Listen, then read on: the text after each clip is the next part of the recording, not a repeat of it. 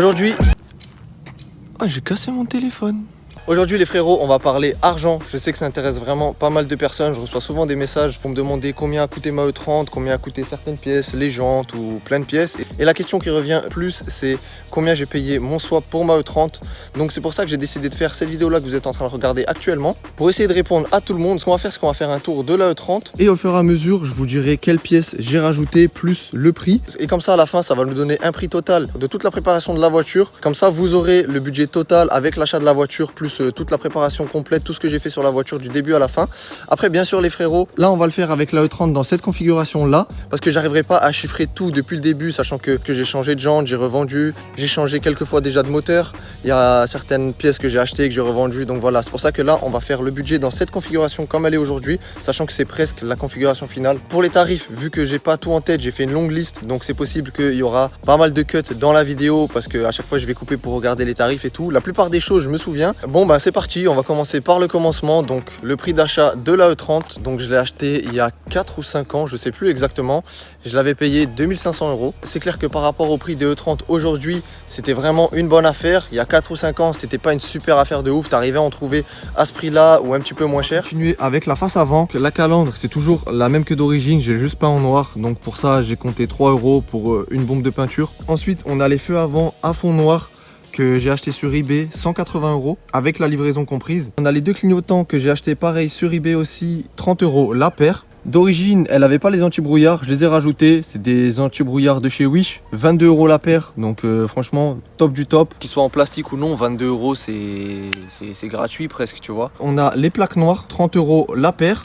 La sangle qui vient de chez Drift Shop, j'en ai eu pour 15 €. Le pare-choc avant et l'arrière de base, quand j'ai acheté la voiture, ils n'étaient pas peints. Donc pareil, je les avais peints en tout début quand j'avais acheté la voiture. Je me souviens plus non plus exactement du prix des bombes, donc je compte 20 € pour les deux pare-chocs. Et là on arrive sur la pièce qui m'a coûté le plus cher sur cette face avant, c'est la lame IS. Elle coûte 50 €, sauf que il faut savoir que moi c'est ma 6e. Donc niveau budget là, j'ai éclaté le budget juste avec les lames. Après celle-là, je l'ai vraiment rentabilisé, je l'ai cassé pas mal de fois. Et tu connais, Rilsan à gauche, à droite. Pour la face avant, c'est fini. Pour mes borbets, j'avais fait vraiment une bonne affaire. Je les avais trouvés sur le bon coin, je les avais payés 400 €, elles étaient encore emballées dans le carton. Le gars il avait roulé une semaine avec, il avait craché sa voiture, du coup ils vendaient les jantes à part. Elles vont vraiment super bien sur la E30, c'est vraiment des jantes que je revendrai pour rien au monde, je les garderai tout le temps. Peut-être j'achèterai une autre paire en plus pour changer de temps en temps. Et si jamais, pour ceux qui vont demander les specs, les jantes elles sont en 16 et les 4 elles sont en 9 de large. Au niveau des pneus, je suis en 2,15/40/16. J'en ai eu pour 160 € les 4 pneus. Ensuite, les baguettes chrome autour des fenêtres, ça m'a coûté 24 € vu que j'ai tout fait moi-même. Donc c'est un covering noir que j'avais acheté sur Amazon. On va pouvoir passer à la face arrière. Le pare-choc, je vous ai déjà dit avant, les plaques c'est fait aussi. Les logos tout neufs, ça m'a coûté 0 vu que je les ai pris de ma E36 pour les mettre sur la E30. Ma petite crash bar que j'ai acheté sur Drift Shop, 80 €. Franchement d'ailleurs, J'en suis vraiment content. parce que du coup, vous avez un point de levage. Et sur piste, c'est vraiment le top du top. Tu arrives derrière, tu jettes ton cric, tu lèves, tu changes tes pneus tranquille, tu gagnes du temps, un truc de ouf. Pour mes feux, donc du coup c'est mes feux d'origine que j'ai juste teinté en rouge avec du vitrail. Le pot m'a coûté 5 €, j'ai pu faire plein de voitures avec ce pot là, mais bon, on va comptabiliser quand même les 5 € complets. Ensuite, on a mon petit béquet MTech 1 Que j'avais acheté 90 € sur eBay, sauf que en vrai je l'ai pas payé, il est arrivé cassé, je me suis fait rembourser, mais je vais quand même le comptabiliser dans le prix final. Quand il était arrivé, il était tout ouvert en deux ici, donc avec mon père on l'avait recollé. Donc de loin, ce qui est cool, c'est que ça se voit pas, faut vraiment être de près pour le savoir. Je pense que d'ailleurs dans les vidéos vous avez jamais remarqué. Quand il est arrivé, j'avais le seum, il était cassé, mais vu que j'ai été remboursé, c'est pas plus mal au final. On a mon petit béquet de toit qui vient d'une Golf 2, donc je l'avais acheté sur le bon coin 30 €. Je l'avais juste adapté moi-même, faire quelques découpes, tout ça. C'est une des pièces sur ma caisse que je kiffe le plus parce qu'en fait, je trouve qu'avec le béquet MTech 1, il est juste parfait, il monte pas trop, pas assez, enfin il est juste tueur. Plus le petit béquet de toit et le toit ouvrant ouvert, on a l'impression qu'il y a 3 ailerons comme ça. Je trouve ça vraiment trop stylé. Au niveau extérieur, esthétique, tout ce que j'ai rajouté sur la voiture, on va pouvoir passer à tout ce qui est châssis et freinage. Au niveau freinage, je suis sur un système de freinage d'origine de E30 encore. J'ai juste changé mes disques, mes plaquettes et tout ce qui est du RIT. Donc à l'avant, j'ai des disques rainurés percés Zimmermann. À l'arrière, c'est aussi des disques Zimmermann, mais juste percés. Et au niveau des plaquettes, j'ai des Brembo. J'ai passé toutes mes durites de freinage en durite aviation. Donc il y a un kit sur Drift Shop qui coûte 90 €. J'ai installé celui-là. Mon train arrière, je l'ai changé. D'origine, j'étais sur un train arrière à tambour. Je suis passé sur un train arrière à disque que j'avais acheté 150 €. Dessus, j'en ai profité pour changer tous mes cylindres blocs avant de le monter. J'ai tous les cylindres blocs du train arrière en Powerflex violet. Le tout m'a coûté 330 €. Il y a aussi les cylindres blocs du pont arrière que celui-là j'avais pris en Black Series, donc le plus rigide que tu peux avoir. En parlant du pont, c'est plus celui d'origine. Je suis passé sur un 364 que j'ai soudé et ce pont-là je l'avais payé 80 €. Au niveau de mon train arrière, il me semble que j'ai tout dit. Pour le train avant, j'ai encore mes triangles d'origine qui là ils sont au bout. Faudra bientôt que je les change, mais vu que je veux installer un kit grand angle sur la E30, ça viendra à ce moment-là. On verra s'ils tiennent la prochaine sortie drift, mais à mon avis, je pense que ça va être assez compliqué. D'origine, j'avais des jambes de force en 45. Je suis passé sur des jambes de force en 51 avec des combinés des deux street. Donc pareil pour ça, j'ai vraiment fait une bonne affaire. J'ai payé le tout, donc jambes de force en 51 plus les combinés des deux avant et arrière, 700 €. Donc c'était vraiment une putain de bonne affaire. J'ai changé ma crémaillère, j'ai enlevé celle de la E30 pour passer sur une de E36. Donc la crémaillère m'a coûté 40 €. Dans la crémaillère, j'ai des spacers, donc c'est des petites rondelles que vous venez mettre dans la crémaillère qui fait que vous gagnez un petit peu d'angle. Un ami à moi, Médéric, qui me les avait donnés sur internet, vous les trouvez pour 9 ou 10 €, je crois même pas. Au niveau des jantes aussi,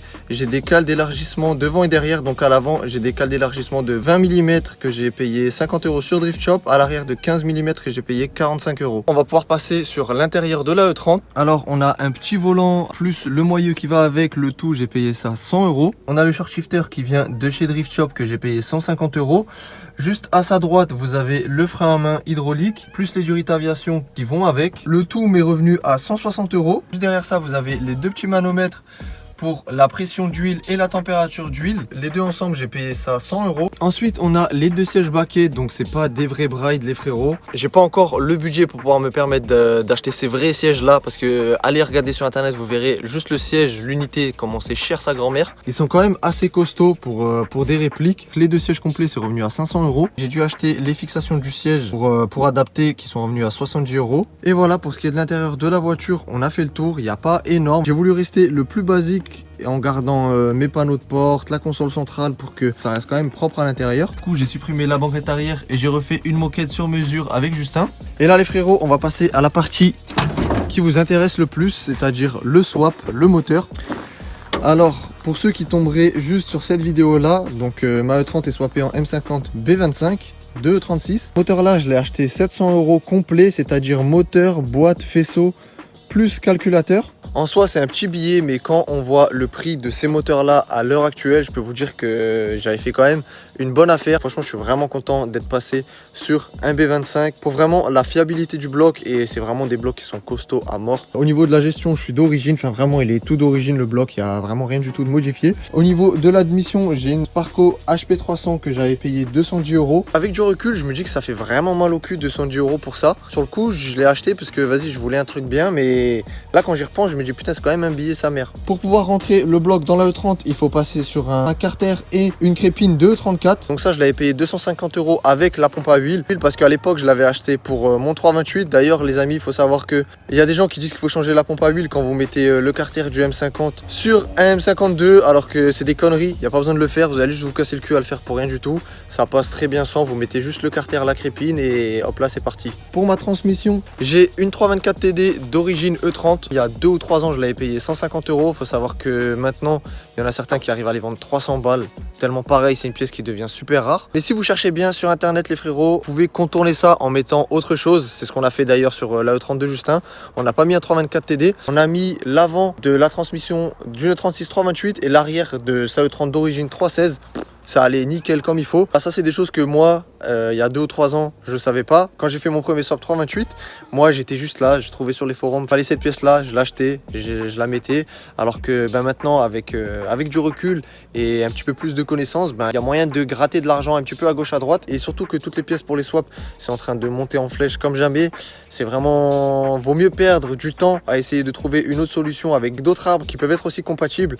Donc voilà, faut se faire un petit peu chier, mais il y a moyen de gratter des sous à gauche à droite. Ensuite, au niveau des cylindres blocs moteurs, je suis sur des cylindres blocs d'origine E28 525i. Donc ce qui est bien avec cela, c'est que vous avez la tige du filetage. Je pense pas que j'arriverai à vous le montrer, mais en gros la tige filetée qui est dans le cylindre bloc, elle est vraiment pas mal longue sur le E28. Tout ce qui est bien avec ça, c'est que Pour que votre admission passe sans que vous ayez à modifier votre master vac, vous mettez juste une cale entre le silent block et le support moteur, et que ça va venir relever un tout petit peu votre moteur, et du coup vous voyez ça passe, ça vient pas toucher le master vac, il n'y a pas besoin de faire de modifications, changer le master vac ou quoi que ce soit, juste une petite cale en dessous du moteur et vous êtes tranquille. Je pense pas que vous verrez vraiment bien, mais en gros on a vraiment encore pas mal de filetage. en plus ces silent blocs là ils coûtent pas cher, j'en ai eu pour 40 € les deux. Silent block de boîte, je suis en silent block origine E30, donc pareil vous pouvez mettre ceux de E30 ou ceux de E36, c'est exactement pareil, il n'y a rien qui change. J'en ai eu pour 8 € les deux, pareil c'est rien du tout. Il vous reste plus qu'à faire votre faisceau, donc vous avez plusieurs possibilités. Soit vous avez la possibilité du feignant, vous allez sur eBay, vous commandez un adaptateur pour passer de la prise de E30 à la prise faisceau E36. Il coûte 120 € pour les swaps M50 et M52. Ou alors, vous faites un petit peu plus chier, vous faites le faisceau vous-même. Et je peux vous garantir que c'est vraiment rien de fou. Surtout pour les swaps M50 et M52 sur E30. C'est vraiment rien de compliqué les frérots, c'est accessible à tout le monde, n'importe qui peut le faire. Même si tu n'as jamais fait d'électricité de ta vie ou quoi que ce soit, si juste tu sais couper un câble et ressouder deux câbles ensemble. Et encore ça, tu regardes un tuto sur YouTube et le reste, tu vas pouvoir le faire tout seul. Ça, c'est mon faisceau d'ailleurs qu'il faudrait que je recache proprement et tout. Donc là, on a un faisceau de E36 qui va avec le moteur M50 du coup. C'est la prise ronde qui vient relier le faisceau moteur au faisceau habitacle. Cette prise ronde sur E30 et E36, c'est pas la même. Ce que vous avez à faire, vous reprenez votre faisceau de la E30, vous coupez la prise, vous allez sur votre faisceau de E36, vous coupez la prise de E36, vous la dégagez, vous avez juste à reprendre votre prise de la E30 et à ressouder les fils qui correspondent sur le faisceau de la E36 et du coup ça vous fait un faisceau qui vient se rebrancher comme à l'origine. Les schémas vous les trouvez vraiment facilement sur internet. Je vais essayer de vous mettre les liens dans la description, comme ça au moins vous serez tranquille. Sur plein de schémas, il y a vraiment tout qui est expliqué, c'est vraiment extrêmement facile les frérots. Il y a juste à lire, à regarder que ça correspond bien à votre prise et que vous ayez la même couleur en face sur le faisceau de la E36, vous ressoudez et tout va bien se passer. Ensuite, au niveau du refroidissement, comme vous l'avez vu dans une des dernières vidéos, je suis passé sur un radiateur Mishimoto. Il m'a coûté vraiment cher, il m'a coûté 289 €. Pour le vase d'expansion, pareil, E3324TD, je l'avais payé 20 balles. On a les durites d'eau renforcées qui m'ont coûté 40 €. Alors, dernière chose qui nous... Quand j'avais fait mon tout premier swap en M52B28, j'avais acheté avec le moteur une ligne d'échappement complète qui était pour E36. Donc je l'avais monté comme ça, sauf que ça allait pas du tout. C'était une ligne d'échappement Schmidman qui avait les collecteurs plus toute la ligne complète avec le silencieux. J'avais payé toute la ligne complète 300 €, c'était vraiment pas cher. J'ai fait refaire une ligne sur mesure pour la E30. J'ai juste gardé le collecteur Schmidman plus le silencieux qui allait avec la ligne. Pour refaire la ligne complète sur mesure pour la E30, j'en ai eu pour 350 €. Ça fait que ma ligne m'est revenue complète à 650 € avec les collecteurs inox, la ligne sur mesure avec le X-Pipe et le silencieux Schmidman. Et j'allais oublier aussi de changer ma pompe à essence, je suis passé sur une gros débit qui m'a coûté 90 €. Bon, normalement, j'ai rien oublié, on a fait tout le tour de toutes les modifications que j'ai fait sur ma E30 jusqu'à présent. Là, le moment que vous attendez tous, c'est savoir combien m'est revenu ma E30 au total. Donc là, ça va être le prix total de toutes les modifications que je viens de vous détailler maintenant, plus le prix d'achat. Ma E30 dans cette config-là, à l'heure actuelle, elle m'est revenue à 8786 €. J'avais jamais fait le calcul avant, je l'ai fait pour cette vidéo-là. Je pensais que j'avais passé la barre des 10 000, mais en fait non. Donc là, j'ai carrément l'impression que j'ai fait une affaire. Le prix pour le swap est de 1838 €. Vous pouvez largement réduire ce coût-là. Rien que moi, mon admission Sparco, un coût de 200 €. Vous pouvez en trouver une beaucoup moins chère. Aussi, là, j'ai le radiateur Mishimoto qui coûte 300 €. Donc rien que ces deux pièces-là, c'est 500 €. Au début, vous pouvez largement réduire ce coût-là. Comme je vous ai dit, avec un radiateur 324TD, ça fait largement l'affaire. Si vous voulez un truc un petit peu plus gros, vous pouvez prendre un E36 325 TDS, c'est aussi top de ouf. Pour une fois, c'était une petite vidéo cool, juste où on parle. Moi, ça me fait vraiment plaisir. Ça peut aider des personnes qui ont envie de se lancer dans un swap, mais qui savent pas trop au niveau du budget qu'est-ce que ça va donner ou quoi. Donc là, au moins, vous avez une fourchette à peu près. Il faut compter un petit peu plus ou un petit peu moins, comme je vous ai dit juste avant. J'espère vraiment que la vidéo vous aura plu. On se retrouve dès la semaine prochaine pour une nouvelle vidéo sur la E30. J'ai découvert quelque chose. Vous allez péter un plomb. Moi, quand j'ai vu ça, j'ai dit c'est pas possible. Ça va pas être très beau à voir. Mais ce qui est cool, c'est que normalement dans la même vidéo, le problème sera réglé. Sur ce, on se retrouve dès la semaine prochaine pour une nouvelle vidéo.